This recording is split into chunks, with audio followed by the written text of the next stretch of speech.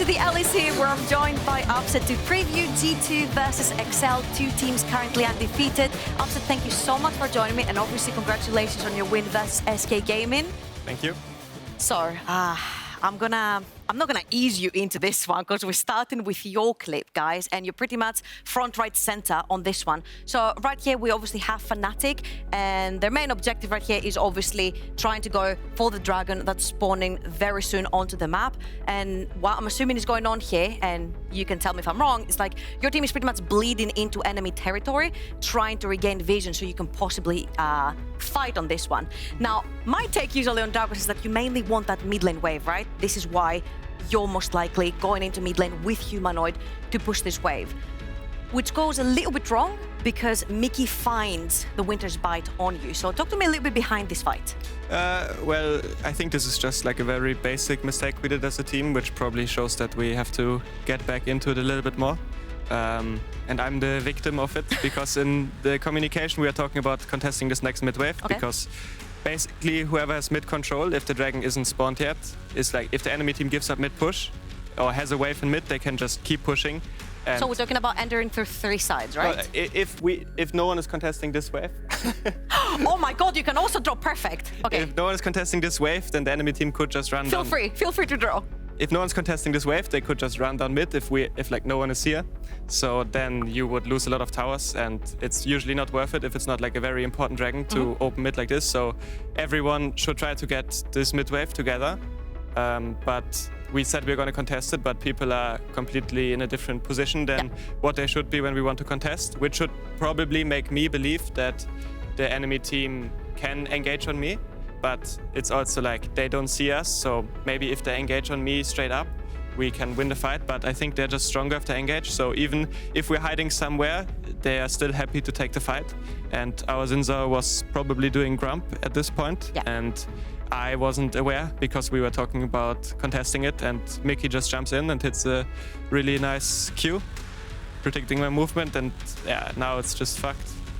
Now we're in a bad spot. I probably should not even use my summoners. And yeah, it was a bad situation. Okay, so we're talking about in-game communication, right? We need to contest this wave, but everyone was on a pretty different page. Now, I'm gonna take you onto a team that you have played a lot against, you have a lot of experience against, and that is G2 and how they break up the map and how they try to contest for dragons, right? Because there was two different cases. You guys were trying to break the dragon, communication didn't work. This is now G2 trying to stop Rogue from taking Soul. So as we can see on the map, there is vision pretty much everywhere. They have one ward on the top side, they have one at the blue, they have pinged this bush, they have one over here, and of course they have the scuttle crab. So if we look on the side lane as well, we've got BrokenBlade pushing in that wave, we've got the rest of G2 pushing in the mid wave that you told us is so important as well, right? And they have this plethora of vision in the jungle. So Rogue, what do Rogue have to do? What would Fnatic have to do here to break that line of vision and try to get towards that dragon? Well, it depends when dragon spawns. Usually the most standard play is to just group on mid wave because it's a little bit harder to get flank, and like I said, if the enemy completely ignores the mid wave and doesn't contest you on it, you can have the option to go down mid with the wave or even go into Nash if the enemy is like all on the dragon already. What's happening here is more just a mistake by Larssen, I think, not knowing he can get caught, or the other way around. No, it looked like it was a mistake by Larssen. This bot wave didn't really matter because there won't be any case where they will be pushing for the inhib.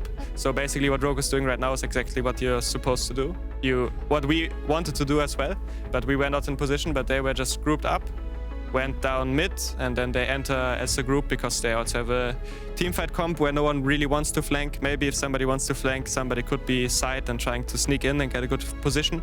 But they have like very standard control, not control match, but on with Aphelios comp, so they just push mid and you can see they enter. Also, it's really cool to highlight in general right here that every time Rogue were in vision, G2 would take something from it. Everybody, 3 members showed here, then BrokenBlade would instantly take the fight onto Larssen on the side lane. Now that they have moved all in mid lane, you saw Jankos suddenly, he walked up here, he took this vision around this area. So constantly G2 are searching and thriving onto vision, and of course after this, because Rogue have to walk in and group up, Jankos finds the R button with the Diana Yasuo combo, of course, and then 100% to 0 comp, which is a really sad for AD carries as an AD carry yourself, upset. And this is the story behind this one. Thank you so much for joining me. And of course, you're going to be joining us on the desk as well. Yep. For come over here. A lot more chats. Maybe Pixie Bans, I was told. Yeah. What? Nothing, the light went out, so I don't know what we were trying to do there. I love that breakdown on both sides. I would try to get out of, because I understand you want to focus on what went wrong for you versus Excel in that clip. But is this something generally that you found that Excel is good at and Mikyx is good at, particularly finding those windows? Yeah, I think Mickey and Hilly are really similar in that both of them are very good at engaging on somebody who seems to be out of position. And in this clip, the way we played it, I was the one out of position because I didn't realize we were all contesting it. And yeah, it was just really well played, especially considering team compositions. We were supposed to snowball early game, but things didn't go well at all in the early game for us. And then they felt very free to just go face first and engage on us, especially with playing Brome plus Kalista against Draven. Later on, they have very good engage there. And yeah. Yeah, it speaks both to kind of the compositions that they run, but it seems also in the confidence that they're bringing onto the Rift. They do seem like, okay, at the end of last split, Excel was also really good, but this seems like a new Excel, even though it is the same. How have you, or why do you think they have come into the split so strong comparatively to some of the other teams? I think a big part is probably that they took a Korean bootcamp and scrimmed like 3 weeks in Korea and then came to EU and also scrimmed. So they are just more prepared. I think they have a better read on the meta than most teams. So at least from watching their pick and ban, it seems like they are very comfortable in what they want to play and have like a good idea, which kind of caught us off guard as well yesterday a little bit in the draft, I think.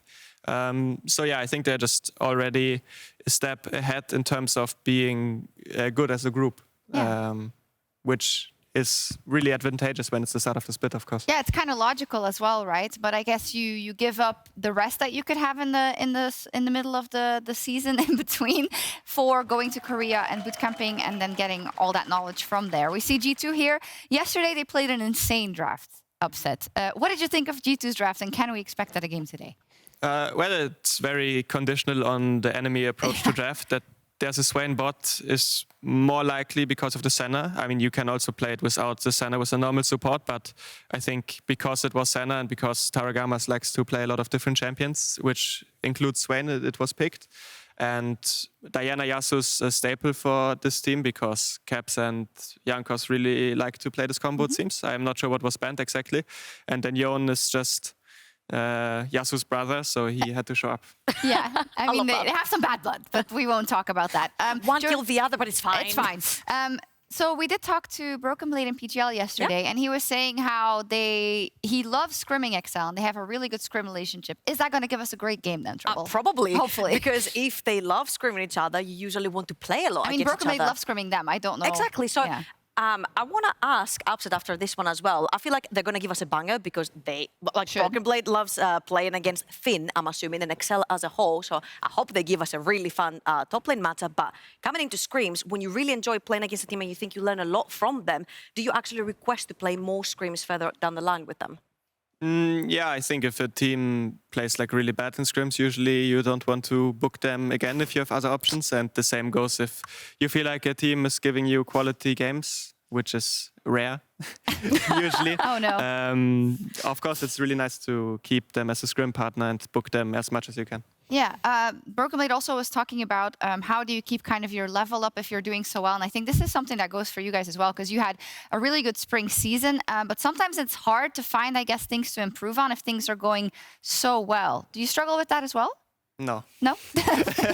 I don't think there's always something to work on. I don't think we're doing that well that we struggle to find things to improve on. I mean, I feel me and Tilly definitely reached a point where we played like really, really good. And I think at some point you get like kind of used to it, and I think we need to put ourselves in more uncomfortable situations to find like more ways to improve on and not just be like happy playing like good. We should be like really, really good, and I think that's a thing we can fall into as a duo. But for the team, I think because we are like still kind of a new team, we played one split together. I think we still have a lot of areas we can get better. Okay. Yeah, awesome. Of course, that's the ideal outcome, right? And of course, losses is there to improve from. But now we're going into this draft. So I think Rogue was a little bit shell-shocked yesterday of the draft, but Excel will have seen that. We have heard through the grapevine that maybe G2 has something special prepared again. But Trouble, we always hear that, so...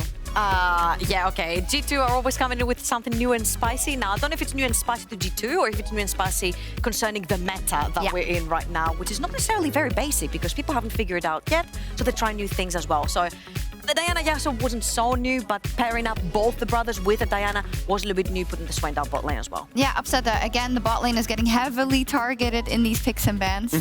I think right now in bot lane there's so many different things you can play, so it's a lot about preference. Here you can see like Kalista, Draven are probably to set up a Lucian first pick because these champs make the game very volatile, and it's kind of the same for Yuumi but in the opposite way. If the game is not volatile enough, then probably the Yuumi side will win. So they are setting up their first pick Lucian with 3 champs here. The Yone is probably just a target ban because they are not really so comfortable in the matchups as BrokenBlade is in them. Also, the Sanaban is just a champ that G2 was playing well, I think, and also Targamas loves to play a lot of champs, so it just brings flexibility. The Lucian first pick is very standard in this meta. It's basically banned on red side or first picked on blue, but this is an interesting twist to it because they end up picking the Nami way, which is like the combo, but usually you don't want to blind pick Nami on bot, especially because the Lucian in theory could be flexed, so it could be a Nami going completely blind into the draft. But Mikyx usually is really good at playing the range champs, which is also why they, for example, first pick Yuumi and stuff. So it's nothing too crazy. I think there's a lot of twists with the Lucian, like trying to counter it with scaling, like the Yuumi, trying to counter it with Draven Kalista, or taking the Nami away. So I'm really curious what they're going to pair that up with. Wukong, of course, is the most standard jungle champ right now. Basically, also in every draft, either banned or picked. Same for GP, it's just a super good blind pick, doesn't really have many bad matchups, scales really well, has a global ulti. You can't really ask for much more. Upset, you're an AD carry, and I have a huge question here. Lucian and Zeri, both very big prior picks. We saw the Lucian being picked away. What is his matchup like into a Zeri, for example, here? I think Zeri does not necessarily have any good or bad matchups, but the champ just scales extremely well. Like, her strong point is not that she takes over the lane necessarily. Zeri Nami, on the other hand, is a interesting combination, and I doubt they will be going for it. So yeah, we also do not know if the Lucian will go bot 100%, because in theory, if Flakked wants to pick something like a AP champ, or I don't know, I think he played Seraphine in the past, or maybe even a Ziggs or something, because the meta is just crazy, they could still switch it up. But yeah, it's hard to say right now.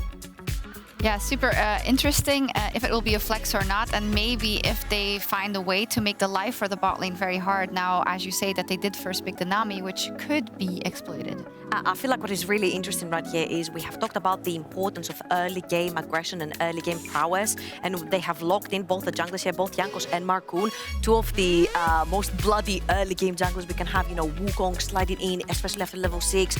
We saw Gilius use the Volibear to secure so many objectives in the early game. We even had the tower dive after so long at minute 3 towards the top side of the map. So I'm expecting to see maybe a pretty good pairing in the mid lane, something like a LeBlanc potentially even for Caps, or even if he takes the Lucian, like you mentioned, Upset, that is a perma-pushing bot lane, and then you can take it and brawl somewhere else.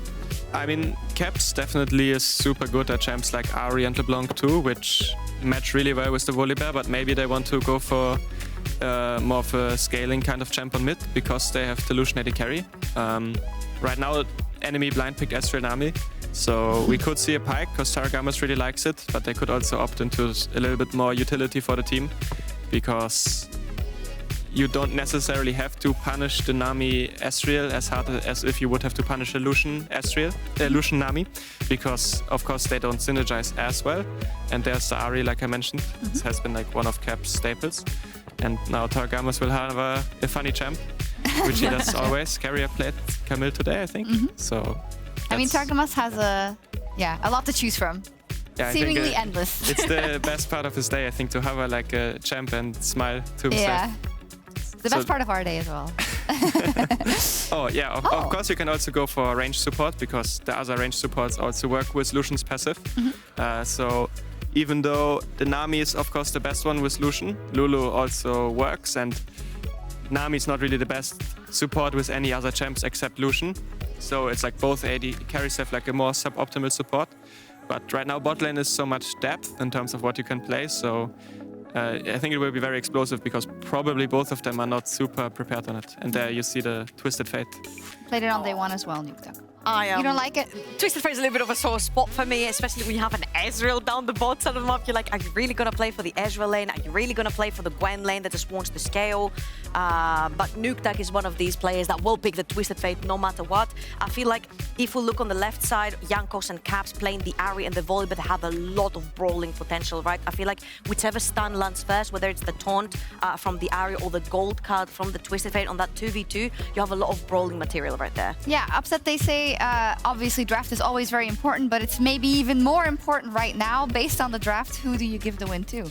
I think it's very even, but I give it to G2 because I think they have a really dominant mid-jungle 2v2 with Volibear Ahri, and they have shown that they are the best at playing it, so I think they're gonna win. Yeah, what would be the best way for XL to disrupt G2? Well, if things go well in mid-jungle, the side lanes matchups seem to be fine, like Gwen seems good, and their bot lane is probably happy too, taking the Nami away. So I think the draft is pretty close, but I just trust G2 a little bit more. But XL has been looking good, so it's going to be an exciting match. I get it. It's a case he plays with nameplates on. You see that, right? Yeah. He's like, I like the draft, but I give it to G2. Yeah, I mean, I get it. You would favor G2, but XL has been doing phenomenal as well. So I think they have a chance in this one. Amazing drafts. Let's hope for an amazing game, and let's get into this one.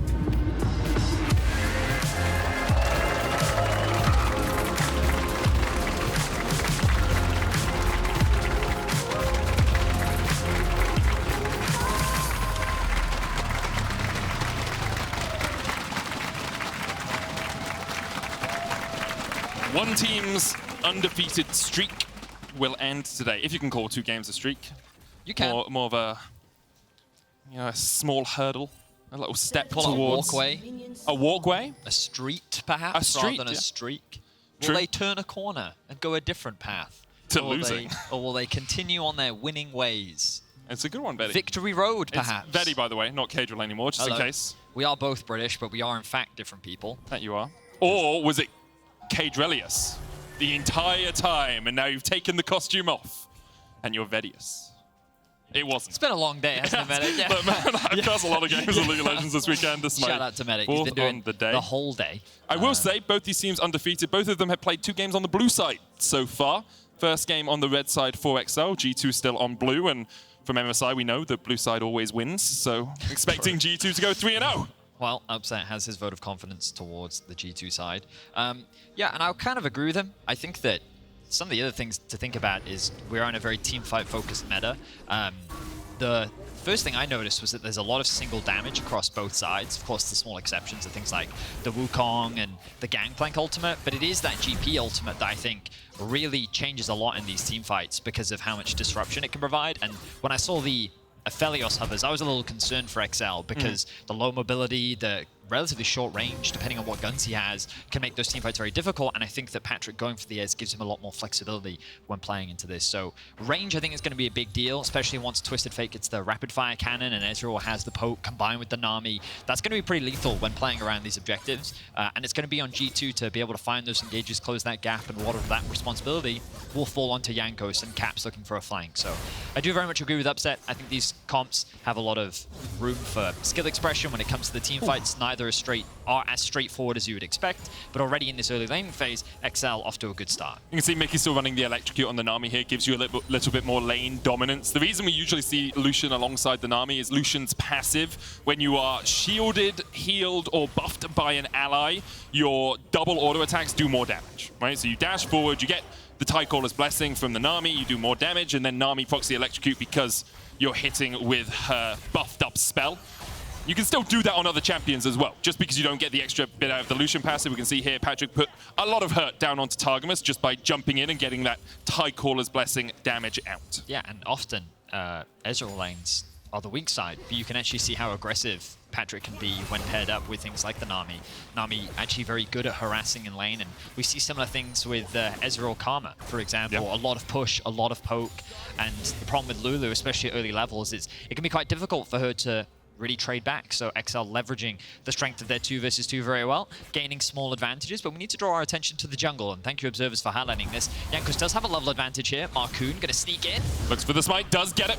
Still a level down. We'll try and use that movement speed to get away. Jankos realizing he can't chase through the scuttle crab. But now, with that secured, Markoon can actually path towards bot because they have the push in mid, they have the push in bot, but Markoon also recognizes the Jankos can look for a dive in the top lane, so he's decided to stay around even though he does have the level disadvantage. Hey, Markoon's been on such fine form these last couple of days. We'll get stunned up. Decoy coming out, though. Finn looking for the chase as well. Ignite on Finn. No flash for him. Jankos and BrokenBlade do have flashes of their own to try and get away. BrokenBlade will burn his to escape. Wow. So even though Markoon is only level 3 to the 4 of Jankos, still able to win out on these exchanges. Finn with the Ignite is the biggest deal when it comes to this 2 versus 2. That summon spell difference would have meant that XL had that advantage. But props to XL. I do think that so far in the LEC, they've had the best early game of any team that we've seen, not only in terms of their laning, but in terms of their execution, and the stats back that up. You can see that in terms of their deaths at 14, they are very low. Or, well, I say middling. Lower deaths is better for sure, yeah. But extremely high kills, massive gold leads, and G2, they've never really been known for the early game dominance, even going into MSI. This was probably the area with which they were exploited the most. But I think that the growth in terms of XL's early game is something that I expect to see based on the scrims that they were getting over in their boot camp. Yeah. Now we have to look at this early gang. Jankos looking for an early kill. Thundering Roar coming in. Mickey's going to be stunned up. There's the exhaust. Mickey will flash and gets himself out. Patrik, of course, does just have the dash. And going for the Nami there when you know Patrik can arcane shift away makes the most sense. So Jankos, at the very least, able to force out the summon spells from Mickey. Will be a small advantage gained as TP start to be committed. Caps, of course, not running the TP. Will run the cleanse against the Twisted Fate, which does make a lot of sense. And his back timing there, pretty good, considering you do have that TP disadvantage. Nukeduck slightly down in CS. So all across the board, still a very even early game. But yeah, props to XL because I want to see them maintain this early game presence that we've been seeing from them. I really do think that it's not only just the way in which they're playing lanes. Obviously, they have a lot of reliable players in terms of the 1v1s and the 2v2s, but the way in which they're leveraging their prio, the way in which they're using early game leads to actually snowball is something we really haven't seen from any team outside of XL here at the LEC. So, and I think that that's really important to have that level of diversity. I don't just want to see a full league relying on scaling and team fighting to win your games. XL have been really good at taking an early lead and actually making it into something more substantial as the game goes on. You just have to look at that game against Fnatic yesterday. Although there were moments where it was close, XL really took that game by the scruff of the neck and out of Fnatic's hands. Markoon off towards the top side here. Both the supports have reset and come towards helping their junglers or their mid laner in the case of Mickey. And for the moment, Jankos still with that level advantage, but Finn catching this wave really wants to be able to get all of this CS, so Markoon will probably shadow him to make sure he's not died. BrokenBlade does have the 6 here. Cannon barrage going down. Finn doesn't have flash to get away, and he's just going to get stunned up. Finn, too greedy from him. BrokenBlade and Jankos will take the kill. Meanwhile, in the mid lane, Caps trying to trade onto Nukeduck. Caps has one more Spirit Rush here.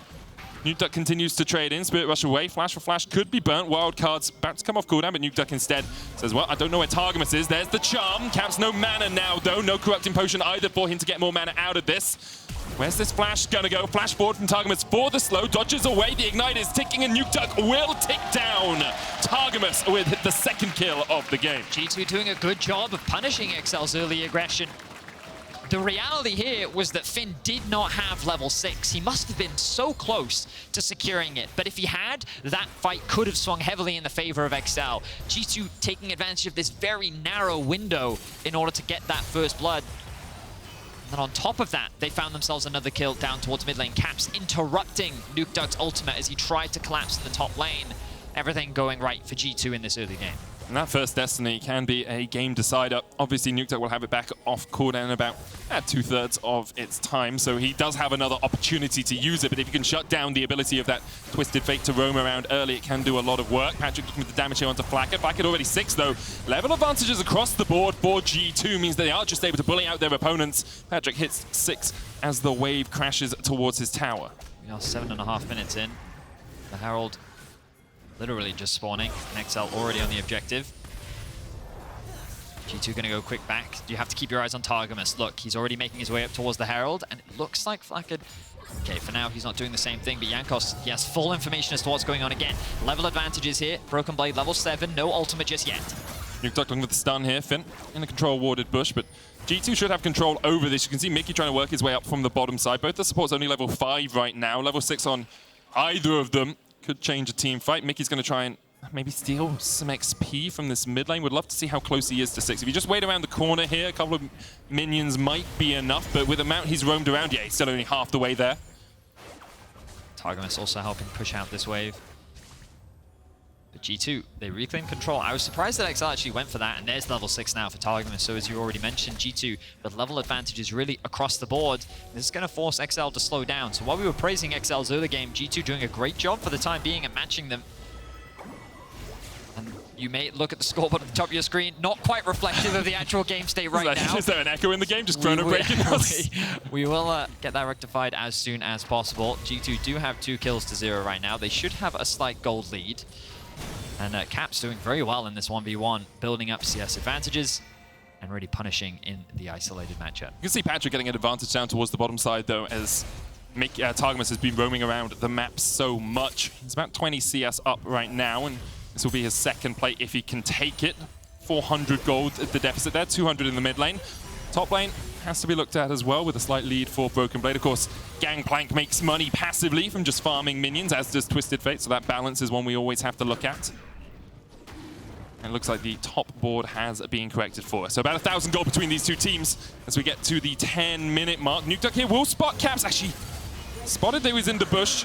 Didn't see that he had recalled, so Caps there just chucks an Orb of Deception in case Nukeduck was still awaiting in the wings. So 10 minutes in, G2 definitely have the kill lead and the early gold lead. Props to them. In terms of scaling, we did hear Upset talking about it earlier. Both compositions relatively close. And I think that, again, I want to bring up the fact that there's a lot of single target damage across the board. It's not that same type of wombo combo that we've been seeing. There's no crazy corky poke as late game. It's not quite the same in terms of that scaling, which means that both teams have a lot of options, I feel. And I think the biggest deciding factors are going to be things like this Gangplank ultimate. How much damage can Patrik land? When will Nukeduck get his rapid fire cannon to be able to set up for those stuns? Can Caps find a flank? Will Finn actually be able to get on top of Flakked, who's going to be kiting and has the utility of the Lulu as well? There are all these different variables that can come into play when it comes to these team fights, which definitely makes it an exciting one. And it's largely going to come down to execution of the fights. And to be fair, when you think of G2, a large part of how they were able to win last split was their impressive team fighting. We'll see if XL can match up against that as we get later into the game. Jankos hovering around mid for now. Nukeduck, no flash. No one ready to follow up on this, though. Jankos maybe just looking for some damage himself. He's going to get caught out as Markoon dives back in. Targamas and Caps are here now, but weren't really there in time to follow up on the initial stun. Mikyx's now going to look for the damage onto Flakked, who dodges away from the Mystic shot, and Patrik and Mikyx will use that fact they have prior down towards this bottom side to push up. Vedius, as we have a moment, do you want to take a guess? Oh, maybe we don't have a moment. The charm's going to hit. Jankos flashes forward. No flash on Nukeduck. Still Stormbringer going in. Markoon trying to answer, but Jankos turns off the tower. And G2 find their 3rd kill of the game. Great charm comes out from Caps, and he's looking for another one. Markoon caught as a double for Caps. On fine form, Caps gets 2 in the mid lane. Rifthold coming down as well, and this should be at least 4 plates, if not the entire tower for G2 at the 12-minute mark. Impressive performance so far from Caps. He interrupted Nukeduck's ultimate early on into the game. He finds another charm in the mid lane to set up for Jankos to follow up with the flash, and it is this mid-jungle coming up clutch for G2. They now find themselves with a 3k gold lead. Have another look at this. And no, Nukeduck doesn't have flash the charm. Again, just perfect there from Caps. And Nukeduck, oh, the tower. The ultimate from the Volibear mitigating the ability for the tower to do damage, and then Caps securing that kill on top of another charm. He has the support from Targamas, and you have to give credit to G2's support here. Always first on the roam, always first to the play. He has been one step ahead of Mikyx so far this game, and he's a large part of how G2 is able to get away to safety after the initial execution. 3k gold lead. And I talked about how G2 not well known for their early game. Well, they are silencing me this one round, shutting XL down very effectively. 3,000 gold ahead against a team that has averaged 3,000 gold ahead themselves. XL really put in the dumpster so far in this game, and Nukeduck loses his deathless record that he maintained up until today. Only Patrik, Niski, and Armut now remain unkilled in summer season. A lot of credit needs to go to this G2 roster because they did not get much of a break following MSI. We heard from BrokenBlade yesterday on PGL. They haven't had a lot of time to scrim. And my expectations were they would have a slow start to the season. Sure, I still expected them to be good, but I didn't expect them to have this dominant of a performance. But they are looking good first 3 games. Yeah. Right now, if they can keep this form up, they're looking to go 3-0 on Super Week of Summer. But XL, of course, not quite out of this game just yet, but a commanding early game coming out from G2 off the back of Caps and his early game dominance in the 1v1. And this is where we get to see whether this evolution of the XL roster can play from behind as well. Obviously, in scrims, they'll have been in this sort of situation in the past. We don't know exactly how those scrims have been going for them, but so far, here in the LEC at least, over the last 2 games, they've had commanding leads in the early game. They've been able to close it out from that position. Now, backs against the ropes, G2, 3,000 gold ahead at the 14-minute mark, and XL have to find ways to fight from behind, to find picks, and to stop Caps from doing this.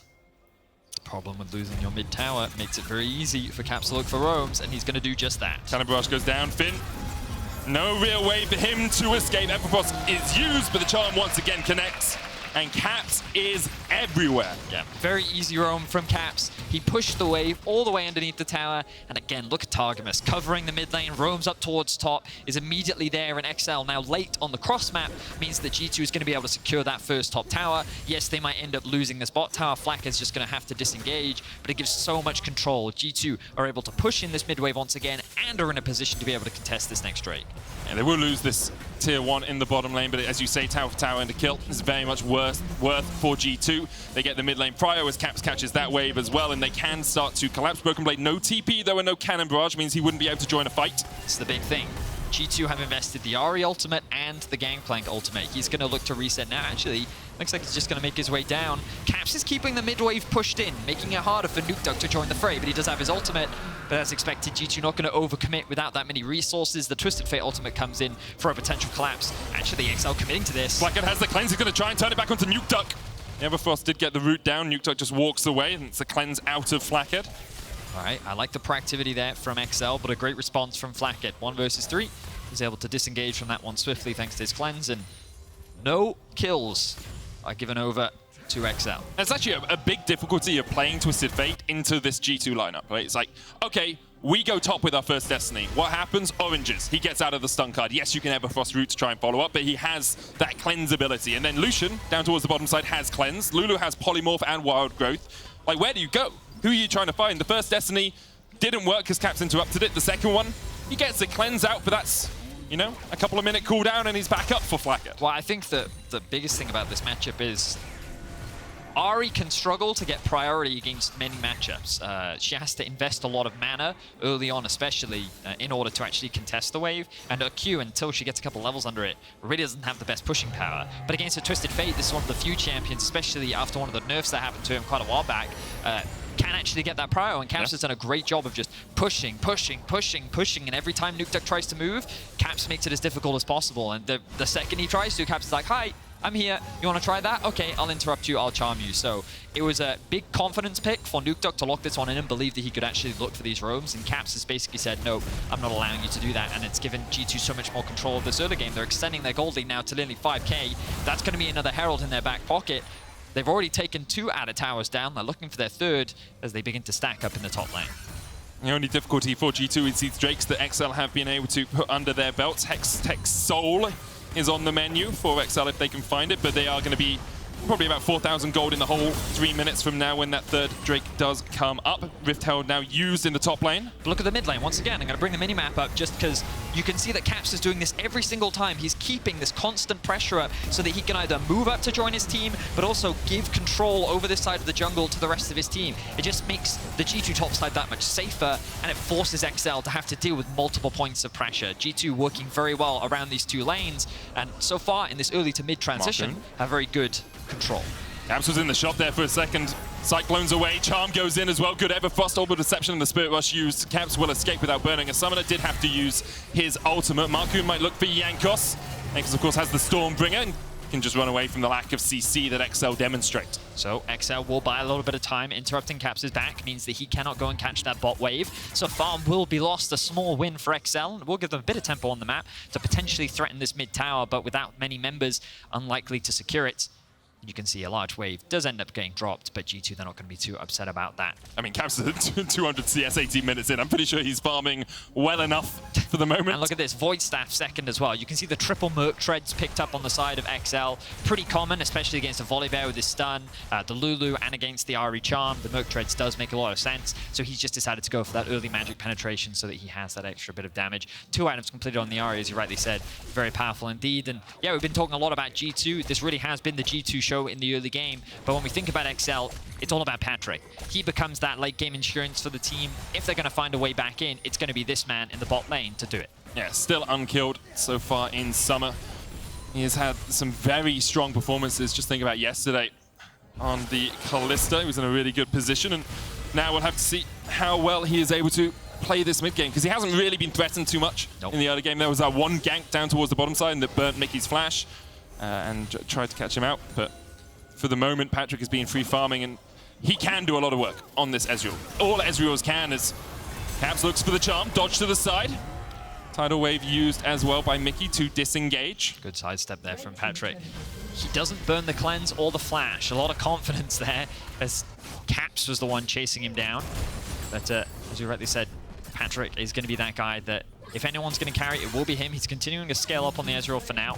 Of course, XL still in a great position when it comes to Drakes. They have control over the mid wave, which means that they do have access down into that river, but someone needs to go and deal with that bot lane. In fact, XL is just going to abandon it. The TP going to be invested from Finn.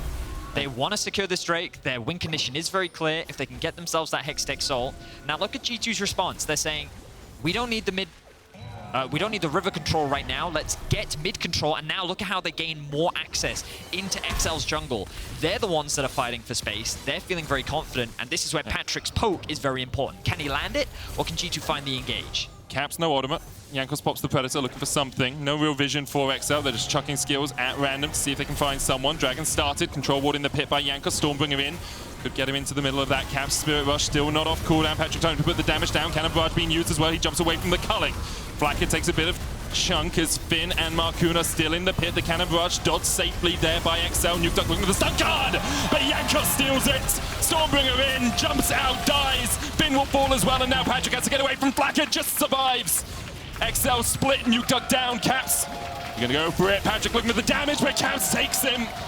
G2, Jankos steals it. G2 clean up the fight, 9-1 now. G2 in command of this game. Beautiful fight from G2. They dodge all of the Ezreal poke, and Jankos does what he does best, comes up clutch.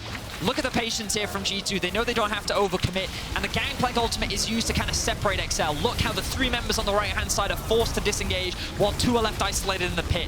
The Dragon is doing the work for G2 as it just chunks out Finn. Then Jankos knows that he can gain his way in, uses his ultimate plus the smite to secure it. Caps then comes in afterwards to pick apart the weak members. Markoon overcommits over the wall to get that kill, but it leaves the rest of XL out to dry. And G2, they play patiently, they play it well, and XL, they fall apart. Smart stuff by Caps as well, not just to face check into that tri-bush. The far side automation goes down, I think, from Flakked, and just gave them that little bit of extra vision. And now 8,000 gold ahead, G2 in commanding position, looking to go undefeated in week 1 here of the LEC Summer season. Just an impressive game all around from Caps. Been involved of 7 of the 9 kills. His CS numbers were overtaken by Flakked, props to him. But level 14, 2 levels ahead of Nukeduck. This will be a big stun onto Jankos, but he doesn't care. Caps. Good look for the chase. There's Spirit Rush available once again. Patrik's going to try and jump away. Tidal Wave used. Stun card goes in. Cleanse away by Caps. Ooh. Big Markoon. damage onto Patrik there. And Patrik's going to get healed up with the ebb and flow. Patrik could look for the damage on Caps. Caps splashes in the middle of the pit, though the Destiny gets behind him, and the True Shot Rush comes in as well. Nukeduck will pay for this with his life. The Baron ticking, ticking, ticking, ticking. And Nukeduck survives. And in the battle of the 2 ducks, Nukeduck beats out Flakked and couldn't quite claim the kill. Finn trading onto BrokenBlade. Cannon Barrage flash forward, trial by fire. Finn doesn't have the needles. BrokenBlade takes him out. Wow, the grievous wounds, I feel, coming up clutch there for BrokenBlade, mitigating what could have been a massive heal from Finn's final ultimate. It wasn't quite enough. BrokenBlade secures the kill. Caps ends up dropping on the other side. Nukeduck still very low, wants to be able to get this push out.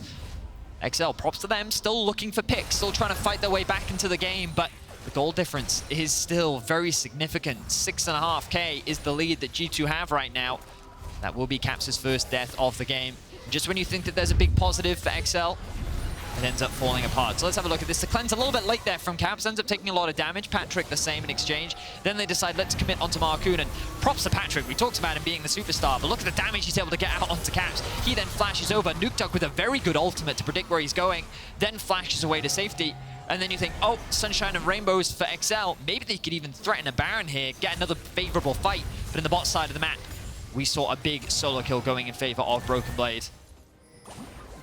Well played from both sides there, but still G2 the ones in control. Next Dragon spawning in about 1 minute and 50 seconds. And G2 for the time being contesting the mid wave and control over the Baron River. Nukeduck does have the rapid fire cannon. Can try and put the stun cards out from range. You can see the damage already coming from BrokenBlade as well. Collector, Triforce, and the Mortal Reminder complete. True Shot Barrage. Nice side step. Just clipped the heels of Targamas as Jankos could look for something. Brings down the Lightning. Finn recalling down towards the bottom side. He stopped his reset. Look at bot lane, look at bot lane. Nukeduck has TP here. Do you go for anything? Caps is catching this wave and doesn't have the TP. Nukeduck, he's not in a great position to be able to collapse. Finn, I don't really think he can do anything here as long as Caps has ultimate Everfrost, and he's literally just going to watch him walk away.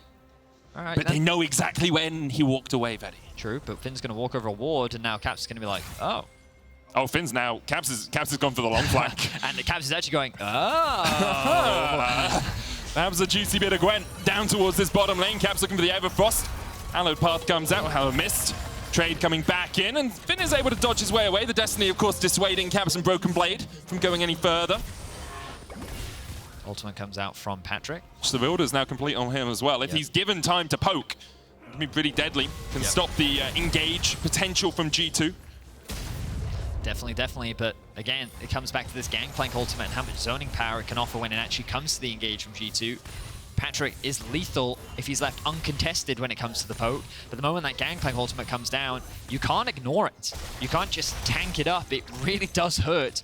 So it's going to force Patrik to move and either posture more aggressively, which could give G2 an opportunity to flash engage from Jankos, for example, or force him to retreat, and that is G2's window as they look for another pick on the Finn. Gonna try and get away, but the charm's gonna land, and Finn really doesn't have anywhere to go here. The chase is on, and Caps and BrokenBlade find the kill in the bottom lane.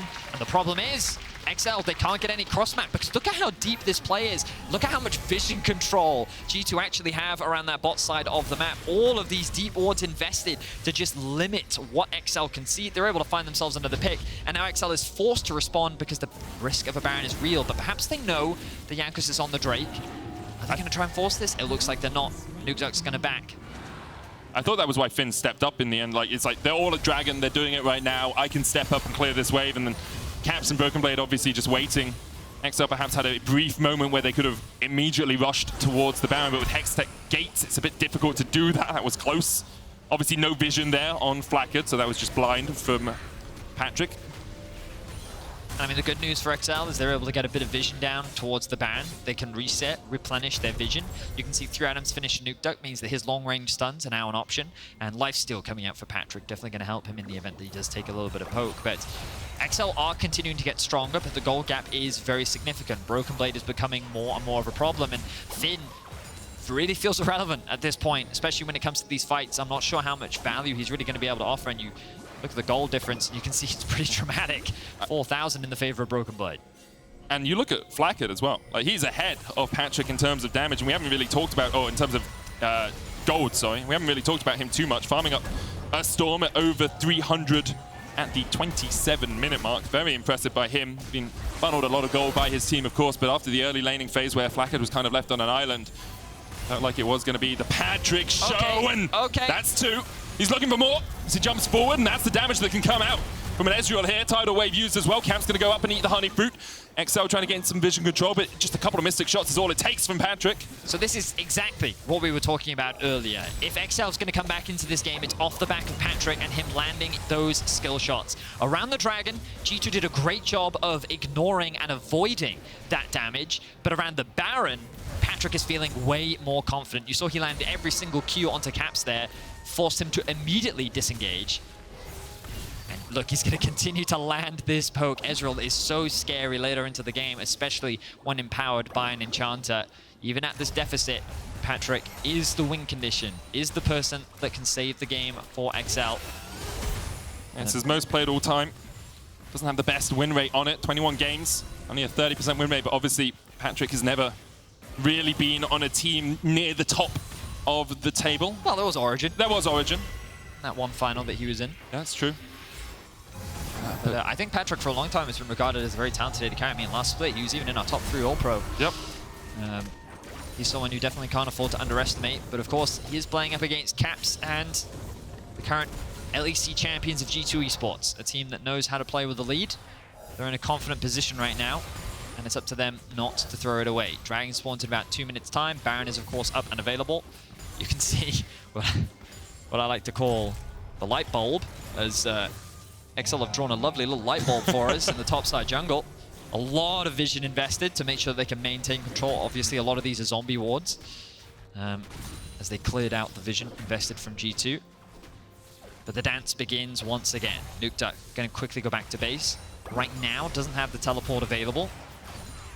We'll have that exhaust up and the ultimate as well. 16 to 14 in favor of Caps, and the pressure continues to mount. And G2 really need XL to overstep somewhere for them to walk over a ward to find a pick. Otherwise, Patrik can play at arm's length, play quite long distance, and keep G2 from starting up that Baron. They can't really do it unless they've already killed off Patrik, or at least a couple of members of XL. Caps here trying to work his way towards the top lane. Finn still only level 14 on this Gwen. Has really been shut out of the game. You can tell 0-5-1. Gwen does become stronger as the game goes on, but if you're a whole item behind your opposition, it becomes very tricky for you to have too much of an impact. Just looking across the board right now, letting the tension sit. G2 have such a massive goal lead, but you feel like the game is still close. Yeah. Largely because of the items that are sitting on the mid. Patrik dash forward, that's the culling. It's a big investment for Patrik And there. a barrage coming out as well. Tidal wave used, Markoon is low. Jankos comes into the backline. Stormbringer used as well by him. Markoon still surviving somehow. Jankos posts a stopwatch. Patrik trying to get away as Finn and Cavs are fighting off towards the top side. That's 2.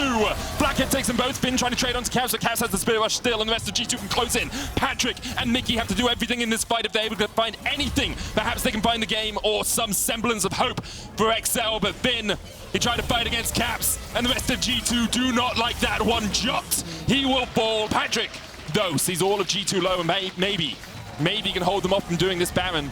Caps still has the flash. Patrik has cleanse, no flash for himself. Flash away by Mikyx as Caps looked for his former support, couldn't find him.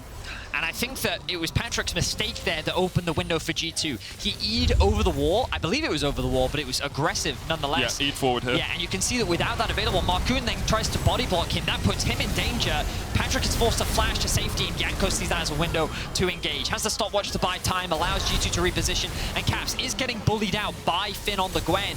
But with the damage done on the front line and Patrik being forced to disengage, What's a rush? G2 the opportunity to Jankos fight. is here. He stole the last one. Can he steal this one? Of course he can! Of course he can! It's Jankos! But maybe he's a little bit overextended from the rest of his team. Wild Growth will heal him up for the moment. Markoon's going to take him down. Cavs coming into the back line. Nukeduck is there as well. Looks for the red card. Can't find it. Cavs going in. Mikyx low. Finn diving forward. Dodges away from the charm. 1-for-1 so far as Jankos has fallen. Markoon still alive, though. XL have a window where you could look towards a Baron. Mikyx very low though, has no mana. It would be very dangerous. I like the idea there from XL, but Jankos, he's just a smite machine today. He will not be usurped.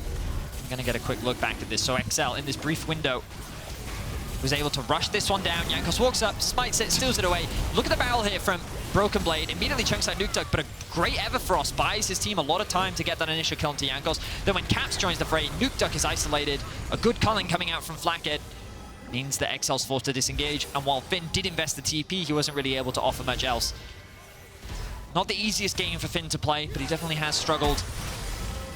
0-6, only 2 items completed. Now has grabbed the stopwatch. Meanwhile, BrokenBlade working on his 5th item, 5-0 and 4. This is one of the concerns I did have with this Gwen, like very little utility. You have a lot of kiting on the side of G2, and then you throw Lulu on top of that. Can be a good matchup into the Gangplank, but in terms of the comp, makes it very difficult to play and actually get onto the back line. Still though, Patrik's alive, Yeah. and that's the main win condition right now. XL, he is the reason why it is difficult for G2 to just straight up end the game. And G2, they need to kill Patrik if they want to be able to close this one out.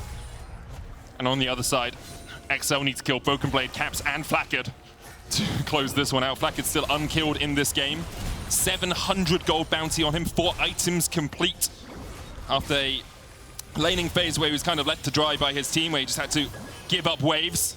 Hams could have struggled, but Nukeduck with the gold card locked in. Mikyx slow there. Flakked goes in. Patrik low. Cannon Barrage coming in as well. And Patrik's down! Quack! Quack! Flakked finds it! And after a quiet game, what better way to announce yourself on the stage? Flakked with a double. It was his culling that culled Excel's hopes of taking anything. Flawless execution. Patrik's flash still was not back up, and G2 took advantage of that. The combo with the culling coming out from the Gangplank ultimate was flawless. G2 18 kills to 3 can finally knock on the nexus of Excel. And only one of these two could remain undefeated, and it's the team on the blue side, it seems. Markoon trying to defend. Charm hits through the decoy. Wave cleared out, though, by Nukeduck, and maybe G2 have to wait a couple of more minutes before they can close this one out. The wave is here, but they might just look for the inhibitor in the mid lane instead. Patrik will be respawning. G2, though, comes the ultimate. Big damage. Clears the wave as well. G2 going to choose to disengage, so XL, they have a small chance. They still have their Nexus alive, but G2 have dealt some serious damage. This will make ending the game much easier now that the inhibitors have been taken down. XL, they're making the call. Can they get this pick onto Jankos? Stormbringer not available for Jankos, no flash either. Nukeduck looking for the damage, but of course not too much. It's going to go for that blast go, knocks Jankos back, another gold card locked in, and now Jankos killed. His back was delayed by the True Shot Barrage, and XL are calling G2 to fight in the river. G2 will match this. Markoon is not there. The True Shot Barrage comes out. Cap slow. Patrik trying to put the damage down. Finn tanking up. Cannon Barrage will dissuade them from continuing the Baron. 30 seconds on Jankos. Patrik still looking for damage across the wall. The stun card lands, but a dash away by Flakked is enough. The charm, the cleanse. Patrik still alive. The culling coming out, and Mickey will tank it. He'll die for it. Mickey sacrifices himself for his AD carry, but once again, Patrik just a little bit too far forward. And Caps does it once again. He finds Patrik, forces him to flash and cleanse to safety. And now this should be a Baron going in favor of G2. They don't need their jungler to keep this objective alive. And XL, try as they might, it is not enough to take down G2. Baron secured for G2 Esports. And 40 seconds on a Hextech Soul for them as well. Quad Hextech Drakes into a Soul. You can see what XL were thinking. They're like, we catch the jungler. We know G2 are resetting. It's well played by them. But that Cannon Barrage just stopped any chance of this working. Yeah, I mean, also Finn tanking up the Baron. Look how much damage he takes. No true tank here from XL, and Patrik mainly focusing on poke rather than dealing damage. The moment he invests his E, Caps leveraging the control ward and that fog of war to chunk him out. Mickey, no flash available, means that XL end up falling apart. It seems like whatever you try and do, G2 are still there to match you on the bounce back. 20 kills to 4. Game has been closer than the scoreline suggests, but for the last 10, 15 minutes or so, G2 have very much been in the driver's seat in the ascendancy, and now with a Hextech Soul, it's going to become even trickier for XL to navigate the next few moments, what could be their last moments of week 1. A good game across the board from G2, really. No egregious errors that I can think of. Yeah. Having a 20 kills to 4 scoreline, you'd expect the game to be swifter, I would say. But again, we talked a lot about how this Ezreal has made the life difficult for G2. The concern around the siege. But now that they have the Baron, now that they're able to just chip away at Patrik's health bar, they are not concerned in the slightest. G2 making their way to end the Super Week on a 3-0. There's the charm. Markoon caught up with the other Frost as well. Jankos could go in. Stormbringer, of course, disables the tower. Flakked stepping in as well. BrokenBlade pushing in the bottom lane. Trying to bring those single super minion in. Markoon will reset. Flakked has the rapid fire. And the culling, and that's some rapid fire to boot. Cannon Barrage goes down, Mickey low, Nukeduck just dead. Where he stands, Mickey gets back to the fountain, but on it he dies. Patrik dives back, Caps kills him. G2 rout XL in their base. Caps gets the triple, gets the quadra to round it out. And all G2 stay alive and take an undefeated week 1. They don't need much of a break. G2 still on form here in the LEC, starting their Super Week off with a 3-0. And sure, they've had some shaky games, they've had some mixed performances, but overall, you cannot deny that this team's still looking good. And what a great way to end your week as well, with the momentum that XL was riding on. Expectations were that some people would even predict XL to win this game, especially with the early games that they've demonstrated, and early game being one of G2's weaknesses, but they mitigated the early plays that XL tried to make. The Caps was phenomenal in the isolated matchup. Targamas was ahead in every single play. And overall, just a really great performance. XL will drop now to 0-3 versus G2 this year. Yes, not this week. They're This 2-1 year, this this week. year, They've had a yes, pretty yes, good yes. week so far. Give them credit where it's due. Your key player of the game votes at LEC on Twitter. BrokenBlade, Jankos, and Caps are your options. I think Caps is early game. Jankos is Dragon Steals. BrokenBlade's Yahars. Yeah, there's great options all across the board. Really, as we mentioned in the cast, like, very difficult to point out flaws within the G2 game plan. Yeah. You could argue that, hey, maybe they could have been more aggressive with the goal lead that they had. Maybe they could have forced more objectives, but wanting to play it patiently, take their time, I think is something that we're seeing from a lot of teams in the early weeks. And I really do think they were afraid of that Ezreal playing around these objectives. It's very easy for an Ezreal to just chip away at your health bar. And notice that it was never G2 to start the objectives, it was always XL, and then G2 would come into them and leverage that Gangplank ultimate. So props to them. I think they played it very well, and XL, they shouldn't be too disappointed with this loss. Yeah. It's still 2-1. You've lost to the champions of the LEC, Exactly. right? It's still a great start to the split. Still, I think they can continue to ride that momentum, and I think that a lot of people will keep their eyes on XL. And I think they can be pretty happy with how things have started. So good performance overall. Yeah, I but agree with G2 are going to take the dub. They are. They've taken the dub. They've gone away with it. They'll take it home, have a week of rest, and then maybe bring more dubs back next week. Perhaps. Maybe some wubs as well. Wub, dub, I'm dub, not dubs. a fan. Did you? You just want the dubs. You don't want the wubs. No, I'm not a fan of dubbity wub. Dubbity wubbity. Dubbity wub. What are you a fan of then? I'm more of an EDM kind of guy. Oh, okay. I mean, that's pretty wubby dubby. No, it's 'cause- not full dubby wubby, but it's a little bit of. Nah. All right. This is what we feel when we're waiting for the interview to be ready. Yeah, also when I've cast 4 games in a row. Anyway, I believe Laure is standing by with the victorious Caps. Over to you guys. Thank you, Medic. Caps, Thank thank you for joining me after this game. You both came undefeated today, XL. And coming into today, we were thinking they looking like one of the strongest teams in the LEC. What was your take on them before playing the team? I mean, I think XL looked really strong in Yeah. the first 2 games. I think XL was actually like a lot stronger in scrims last split than a lot of other teams. So I was actually surprised at how poorly they performed in playoffs. And I'm happy to see that they had a very strong start in the summer split, because they also helped us out a bunch at MSI and were one of the few EU teams to actually scrim with us and give us like practice for MSI. You supporting each other. But how about G2? Because you came into this week, when I had a talk with Dylan, he told me we didn't have much prep, we don't know about the meta. 3-0 seems to be a decent enough result. So what's your take on the result and how well you performed? I mean, I'm super happy with the results. I think, for sure, we're not, I don't even think right now we're like completely sold on the meta. The first day, a fan in the crowd said like, play Zoe, and I was like, I guess I'll play Zoe today. So I think we're still trying some different things. But it worked out so far, and it is also one which is very volatile and can go either way. Also why we're taking it very slow some of these games. But I'm just happy that we won, and hopefully we can keep it going. Yeah, hopefully, and nice that you play for the fans also and listen to them on the picks that they choose. But talking to Targamas yesterday, we were talking about G2's early game and how you had to improve on that, but I want to say you guys have impeccable macro so far. Is there anything you have worked on specifically to get better in the early game? I mean, there's a bunch of things that I don't want to like necessarily maybe go into, but I think a lot of the time it's just like a lot of League is just like knowing how to use like, I guess, jungle especially, but also like support and mid, and figuring out like which lanes we want to dive or like help push out, or maybe we want to do an invade, like these kind of things, and like knowing the timings. Sometimes maybe we didn't do it that well, but we're slowly getting better, and hopefully by playoffs, hopefully by Worlds, we'll be a good early game team. Good early game team, and a different beast for sure. But more about your Caps. You had an amazing early game, insane stats. You've been performing really well, honestly, throughout the weekend. And I know that the audience can have an impact on you usually. So the fact that we're going to have these guys every week this summer, do you think it's going to boost you? For sure, yeah. I mean, it's awesome to see the support.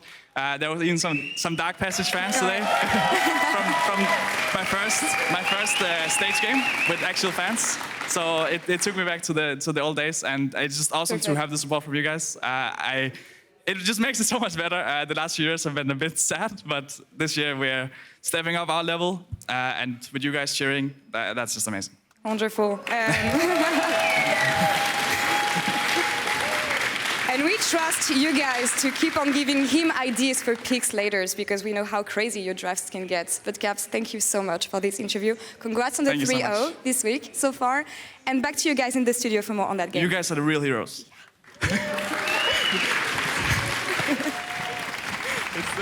I'm gonna pretend he was talking to us. I was about to say, did he talk to us? Thank you, random citizen.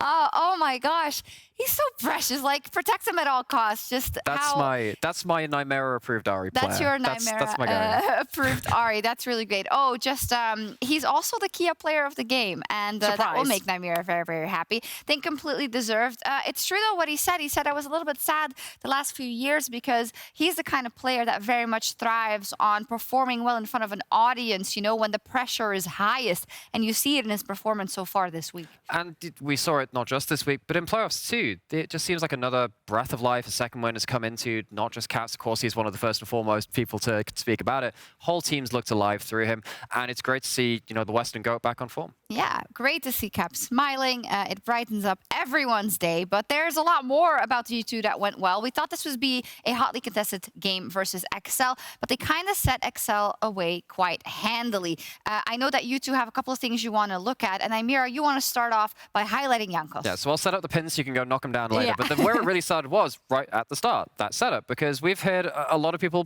bemoaning the patch, the meta, the durability patch, thinking, oh, no one can do anything early game anymore. Well, turns out G2 can, and a lot of it's through Jankos. He goes top. He ends up finding himself in the thick of things. He's taken Predator on Volibear. He's fixed things up early. And now, this first play, no, it's not necessarily always on the winning foot, but then he goes bot lane. He does exactly the same kind of thing again, just makes his presence known, is active on the map, and no, it's not necessarily tower dives, but he's finding the right angles. And for me, just the ability to make sure that the early game isn't just a sleep of 15 minutes and then you turn up to third dragon is really important for a team which has typically been a very explosive team like G2 to kind of show up again in this new meta where it's meant to be harder. And I think we have to mention as well the power of Volibear, right? Because a lot of the teams, especially like seeing a lot of the LPOs, the LCKs, the ERLs started before the LEC as well. I feel like a lot of the teams with the 12-10, 12-11, they forgot about Volibear. It's like he makes things happen for you on the map.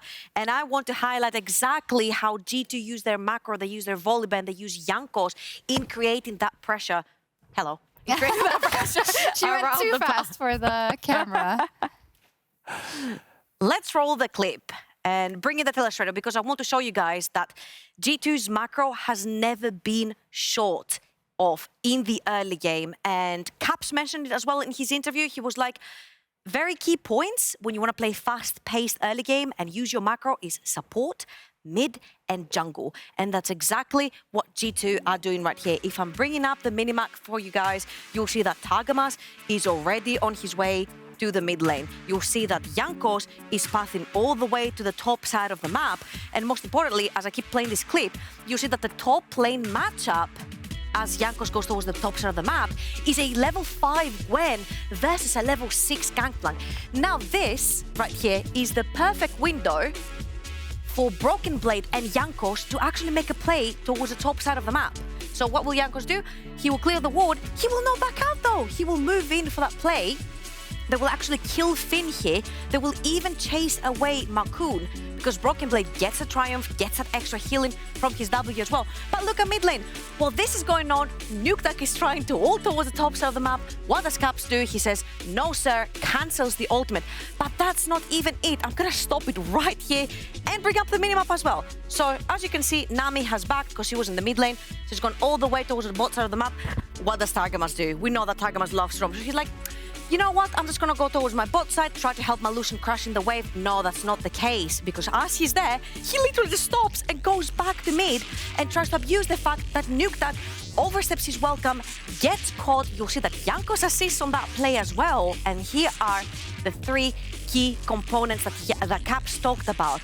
Mid, jungle, and support coordinating so perfectly on the map. No one lost anything. Lucian was safe in the bot lane. They got 2 kills out of that, 2 pressure lanes, a bunch of golden experience lost for your opponent, and I think this is how G2 bleed their opponents. Beautiful to see. Dare I add in a fact from MSI as well, because one of the strongest things when they were on that win streak was they were so good at chaining plays together. They'd immediately have something set up after the big play. Right there, great example of it. They got 3 things back to back to back. It's great to see them retaining that into this split. Yeah, they said they might have an MSI hangover, but they haven't forgotten their macro. Caps mentioned Worlds, so... Thank you for that breakdown. And a 3-0 for G2, an impeccable week 1. And after the break, we'll have Rogue face off off against the Mad Lions. Can Niski and the crew stay undefeated this summer and join G2 at the top? Find out after this.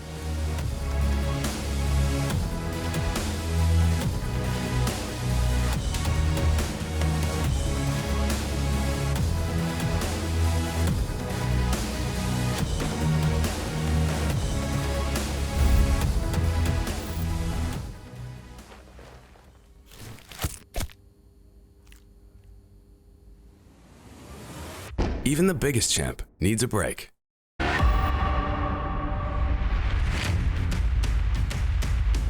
Unforgiven balls, double blossom, and you have to feel that's game through. Niski is a massive upgrade. It's gonna be a bit harder, but I still feel like their top and bot is heavily exploitable. Mad Lions is the type of team that will look to play more like G2. I think like they will just free Niski and look to play on sides a lot, right? I feel like as long as we have again a winning mid lane, it should be really rough for them to play the game.